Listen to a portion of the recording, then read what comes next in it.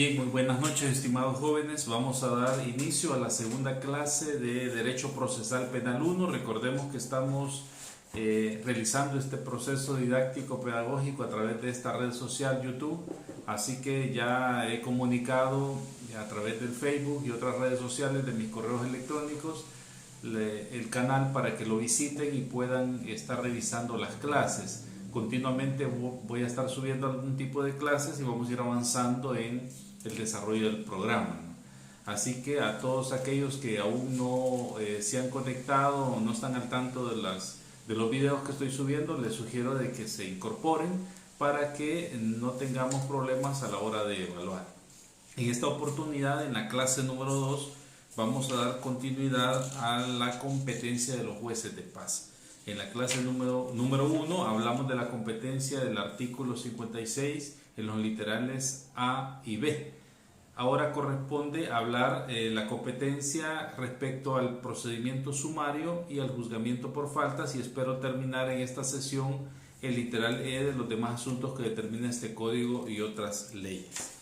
Bien, cuando la ley dice de que el juez de paz tiene competencia para conocer del proceso sumario, vamos a explicar primero esto. ¿En qué consiste un proceso sumario? Un proceso sumario es un proceso corto o sumarísimo, donde se reducen los plazos procesales y las facultades se le amplían para el juez de paz. Quiero empezar explicando de que este procedimiento surge allá por los años 2008-2009 a consecuencia de una mora procesal que existía en los procesos penales acá en El Salvador, específicamente con 5 delitos, ¿no? Que son hurto y hurto agravado, robo agravado, conducción temeraria, portación ilegal o responsable de arma de fuego y el delito de posesión y tenencia de droga en su menor cantidad, que regula el artículo 34 de la ley de las actividades relativas a las drogas.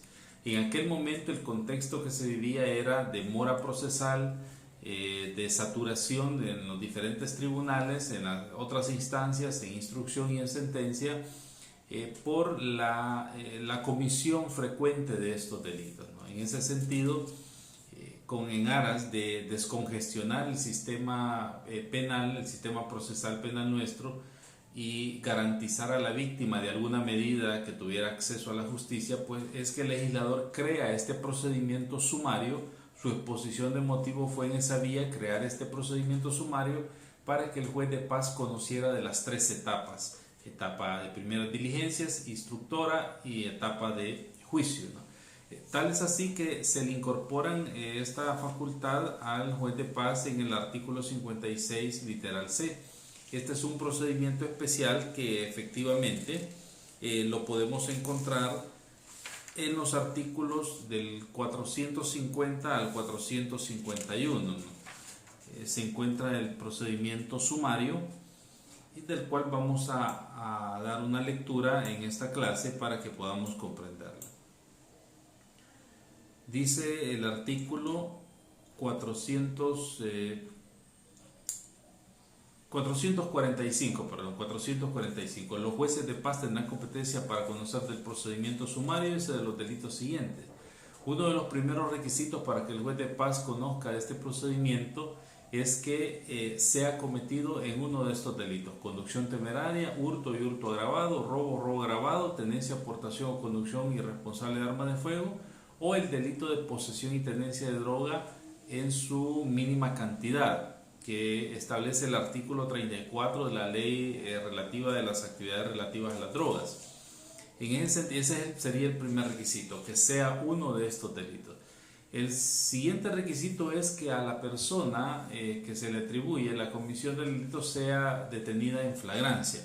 Cuando dice el artículo 446, se aplicará este procedimiento, dice, cuando en los casos indicados en el artículo anterior, es decir, en los delitos anteriores que se detallan, si hubiera detenido una persona en flagrante delito. Si hubiera cometido una persona en flagrante delito.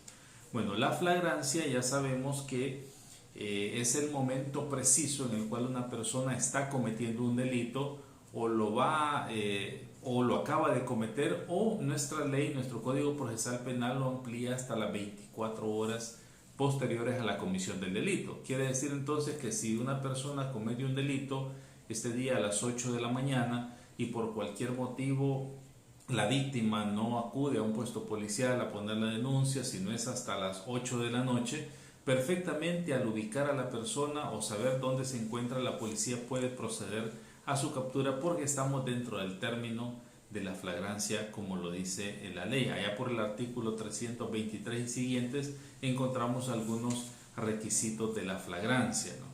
Y en ese sentido, pues este es el segundo requisito que exige este procedimiento sumario. Primero, que se trate de los delitos contemplados en el artículo 45.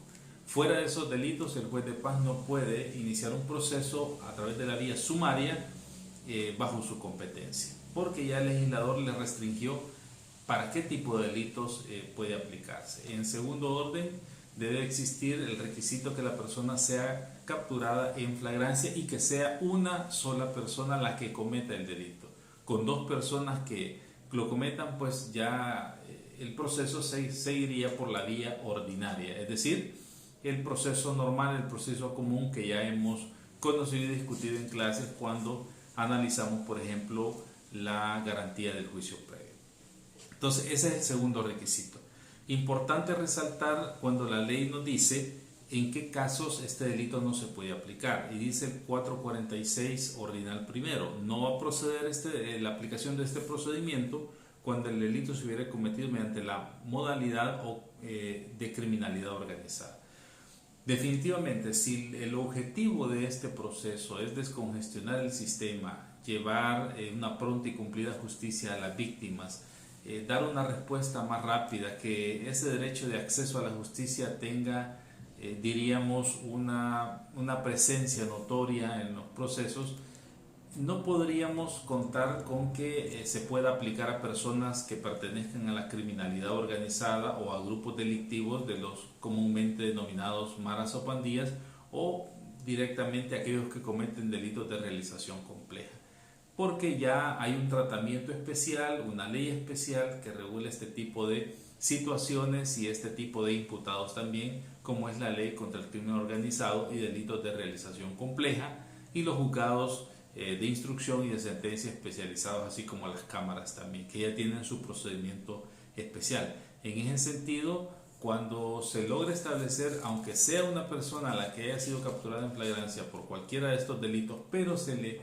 encuentra una vinculación con la criminalidad organizada, pues definitivamente el juez de paz tendrá que declararse incompetente para conocer por estar inhibido según el artículo 446 ordinal primero. El ordinal segundo dice cuando proceda la acumulación o el delito sea de especial complejidad. Bueno, la acumulación va a proceder siempre y cuando una persona, no obstante, esté siendo procesada y, por ejemplo, esté en libertad sin ninguna medida cautelar, y de pronto durante ese tiempo pueda cometer otro proceso, pueda cometer otro delito, procede la acumulación. Y aquí estaríamos hablando de un proceso que pueda seguirse por la vía ordinaria o por la vía sumaria también. En ese caso ya no podrá seguirse su proceso a través del juicio sumario.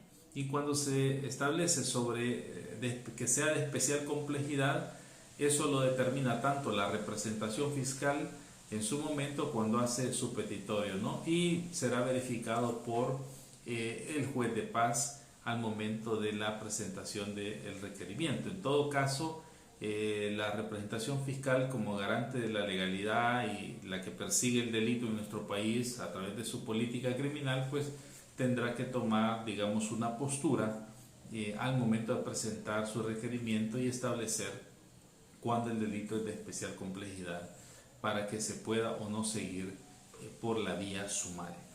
Luego dice otra prohibición en donde no se puede aplicar este proceso sumario es cuando deba someterse a la aplicación de medidas de seguridad. Bueno, y la razón es obvia, ¿no? Ya hay un procedimiento establecido para aquellas personas a quienes se les aplica una medida de seguridad, que no necesariamente deben ser una persona inimputable, ¿no?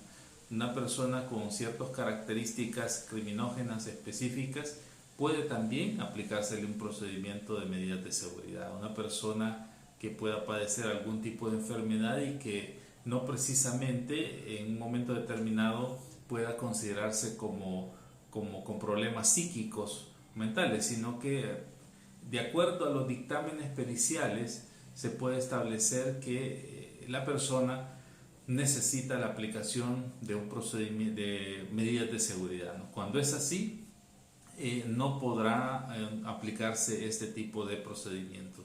¿Por qué? Porque ya la ley considera de que su viabilidad es más para un procedimiento de medida de seguridad que un proceso sumario, ¿no? O sea, está en juego, digamos, el tratamiento que puede dársele a un imputado versus el proceso que se va a seguir de manera rápida en un proceso sumario, pero dejamos de lado esa característica especial que tiene el imputado para que pueda seguirse procesando. Luego dice el ordinal cuarto en el caso de los procesos contra los miembros de los consejos municipales. Aquí quiero dejarles como una primera tarea que ustedes investiguen en la ley procesal penal, donde se establece la prohibición para que los miembros de los consejos municipales no puedan ser sometidos a un procedimiento sumario. Hay una prohibición expresa. Un miembro del consejo municipal no puede ser sometido ni al procedimiento abreviado ni al procedimiento sumario. Y la razón pues es por su perfil como ciudadano, por su calidad, por el cargo que ostenta, de ser un representante público, un representante de la municipalidad. Y en ese sentido, cuando hablamos tanto de un procedimiento sumario o de un procedimiento abreviado, hasta ciertos puntos podríamos hablar en el abreviado de un beneficio que pueda otorgársele al imputado. Es un beneficio al final cuando se le reduce una pena o cuando ésta se le sustituye. Y cuando hablamos del procedimiento sumario, también genera algún grado de beneficio al imputado, pues porque su procedimiento se acorta y su resolución puede ser en una vía o en otra, pero de manera rápida, ¿no? No obstante ello, pues también puede optar por aplicársele medidas, salidas alternas al proceso. Entonces, el legislador consideró eso en razón de el perfil que puede tener o el grado, digamos, de identidad que tiene un concejal de una municipalidad frente a la sociedad. Entonces queda como tarea establecer, buscar la base legal donde se establece esa prohibición de manera expresa. Luego dice, cuando el juez advierta la existencia de alguna de las circunstancias anteriores, continuará el trámite con el procedimiento ordinario. Es decir, vamos a seguir con el procedimiento normal. Ahora, siempre para echar a andar este procedimiento sumario, pues desde luego hay que, el fiscal tiene que presentar su requerimiento fiscal y este debe cumplir los requisitos del artículo 298, 297 que se establece en el Código Procesal Penal, la identificación del imputado, el hecho que se le atribuye, la calificación jurídica, los indicios que se tienen para atribuirle el hecho, la parte petitoria, los indicios sobre la responsabilidad civil, etc. Todos esos requisitos el juez de paz también los va a verificar cuando se inicia o cuando se presenta el requerimiento a través de la vía sumarísima. Si falta alguno de ellos, pues se sigue el mismo tratamiento que para un juicio ordinario, donde se le previene al fiscal que lo subsane, el cual podrá hacerlo incluso en la audiencia inicial. Bien. Luego viene la convocatoria, recibió el requerimiento, dice el juez de paz convocará a las partes a una audiencia dentro del término de inquirir. Ya habíamos aprendido qué significa inquirir. Inquirir significa investigar, indagar y es un término que le corresponde al juez, ¿sí? Después de que el fiscal presenta su requerimiento, le corre el traslado de 72 horas al juez, donde va a decretar la detención por el término de inquirir si es que el fiscal en su requerimiento se la está pidiendo. De lo contrario, pues no tendría sentido decretar esa detención e incluso el término para señalar la audiencia inicial ya no serían 3 días, sino que son 5 días. Se le alarga el término. En varias circunstancias, no solo que no se lo pido, sino que el imputado no haya podido ser localizado también. Entonces se señala la audiencia luego se desarrolla de la misma manera que se desarrolla en un procedimiento ordinario, con todos los pasos. Ya en la clase número 1 lo habíamos explicado, pues entonces acá no voy a entrar en detalle sobre eso porque se establece la misma explicación, ¿no? Luego de escuchar a las partes, dice, el juez resolverá según corresponda, y da el 449 una serie de resoluciones similares a las de un procedimiento ordinario.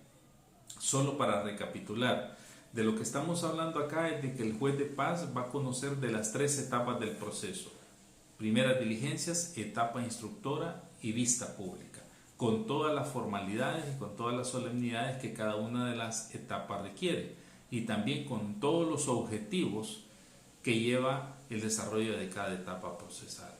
Esa es la verdadera función del juicio sumario como competencia del juez de paz.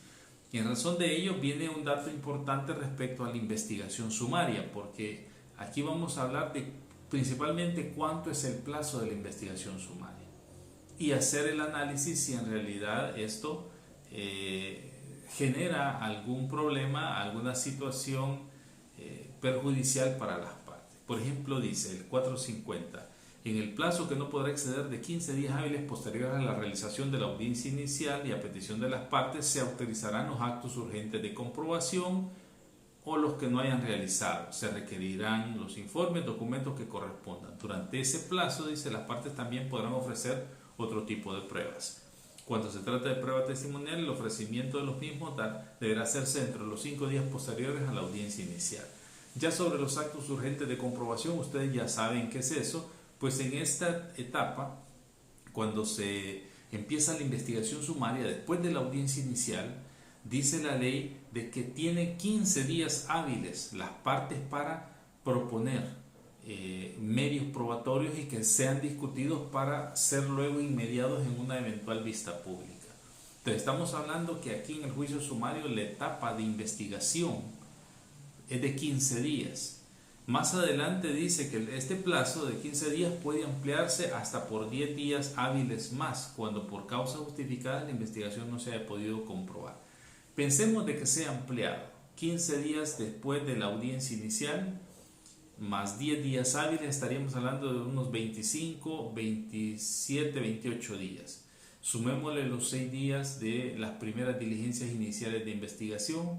En el caso de que tanto Fiscalía, su detención administrativa, tomó el máximo del tiempo, los 3 días, para presentar el requerimiento, y el juez de paz también se tomó los 3 días de la detención por inquirir para señalar la audiencia. Estaríamos hablando de 28 más 6 días, estamos hablando cerca de 33 días, solo desde el inicio de la investigación hasta su finalización, hasta la audiencia preliminar, llamémosle así. Luego dice la ley, concluida la investigación sumaria, el juez celebrará en un plazo número de 3 días ni mayor a 10 el juicio. Para la celebración de la vista pública, redacción de la sentencia y recursos, se aplicarán las reglas del procedimiento común en lo que fuere aplicable. Entonces estamos hablando de que la vista pública no puede realizarse en un plazo ni menor a 3 días ni mayor a 10. Si teníamos alrededor de 33 días, 32 días, más 10 días, estaríamos hablando de 40, un mes y 10 días en el cual se va a desarrollar todo un proceso penal para estos, cualquiera de estos 5 delitos. Entonces aquí surge la pregunta. Antes teníamos estos delitos, se investigaban hasta 5 o 6 meses en la etapa instructora, 4 meses, y aún así las investigaciones a veces resultaban un poco deficientes por diversas razones. Ahora la pregunta es qué tanto este proceso sumario como competencia de los jueces de paz ha venido a beneficiar a la víctima o ha venido a perjudicar en alguna medida o a beneficiar también al imputado, ¿no? Porque investigar un delito, por ejemplo, de robo agravado o un hurto agravado en un término corto de 20 días, pues puede resultar por momentos un poco difícil, ¿no? Por la prueba testimonial o por otro tipo de circunstancias que pueda darse.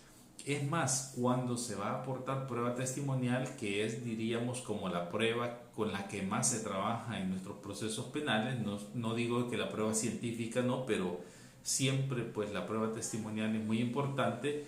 Dice el juicio sumario que después de terminada la audiencia inicial, en los 5 días posteriores que van en el plazo de la investigación sumaria, ¿sí?, que son 15, en los primeros 5 días de esos 15, las partes deben de proponer su lista de testigos para que puedan ser discutidos ya en la audiencia, llamémosle preliminar, que es la que va a desarrollar el juez de paz.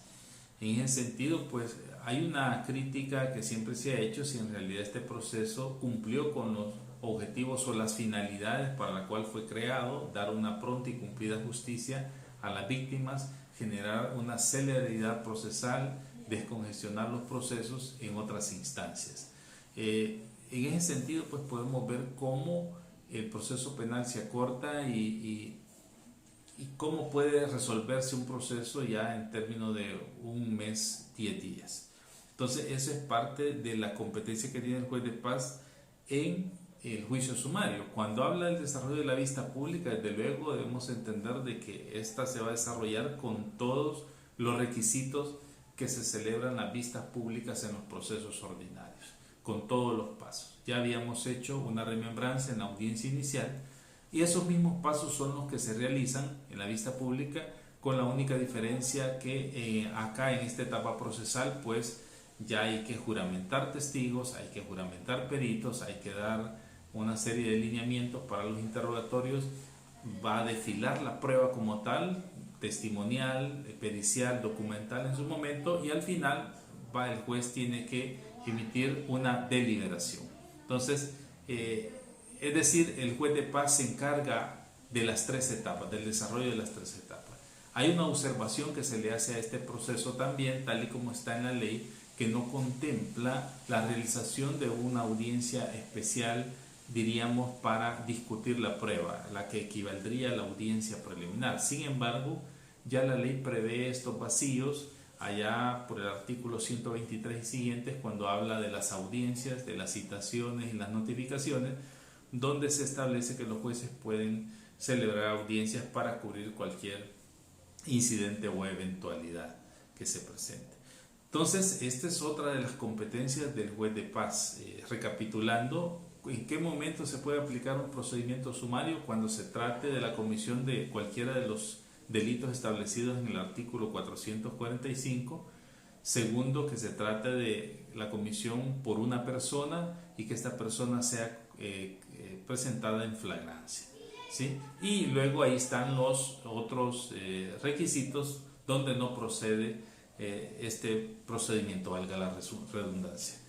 Bien, luego tenemos el artículo 56 que nos remite a la otra competencia que tiene el juez de paz respecto al juicio por faltas o al procedimiento por faltas.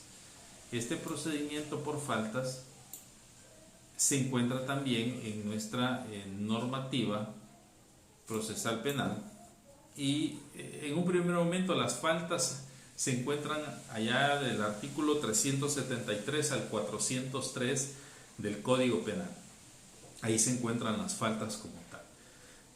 Este es un tema que corresponde a los contenidos programáticos de Derecho Procesal Penal 3. En ese sentido, no voy a entrar a generar, digamos, mayor explicación sobre esto y solo acotar 2 ideas puntuales en los procesos por falta. Primero, las faltas única y exclusivamente se procesan cuando han sido consumadas. Es decir, no vamos a iniciar un proceso de juicio por falta a través de una tentativa de falta. Únicamente se procesan las faltas consumadas. En segundo lugar, únicamente son responsables los autores directos. No aplica para otros tipos de participación, como en los delitos que hablamos de instigadores, cómplices, etc. Entonces, 2 elementos muy importantes: que por las faltas únicamente responden los autores directos y que las faltas solo se sancionan si son consumadas. Esa sería otra de las competencias del juez de paz.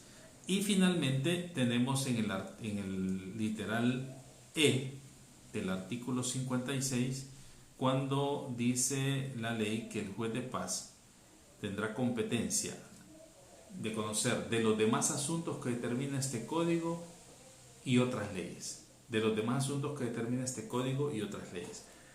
¿A qué asuntos o a qué leyes nos referimos de las cuales también tiene competencia el juez de paz? En un primer orden nos referimos a que de manera excepcional, fíjense bien, de manera excepcional y como un auxilio judicial, de manera excepcional y como un auxilio judicial, el juez de paz tiene competencia para conocer de primeras diligencias de investigación en caso donde se le atribuyen a menores de edad, pero es de manera excepcional y como un mero auxilio judicial. Y eso lo establece el artículo 130 del de la Ley Penal Juvenil.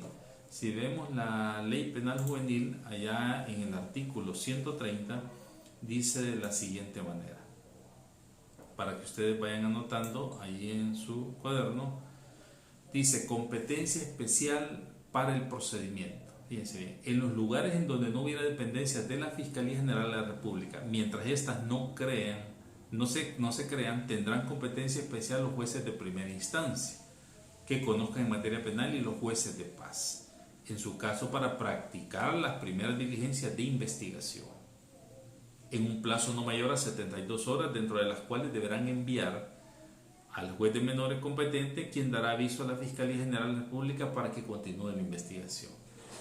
Definitivamente, pues estamos hablando, como dije, de un mero auxilio judicial, porque el juez de paz está inhibido de conocer causas de menores. Pero aquí pone un caso muy particular donde se necesite, por ejemplo, una autorización de parte de la fiscal, de parte del juez, por ejemplo, para hacer un registro, digamos, y se pretenda incursionar en alguna vivienda para capturar o para retener a un menor, o una diligencia concerniente a un hecho delictivo que se le atribuye a un menor. Perfectamente, como un auxilio judicial, pudiese autorizarlo un juez de paz.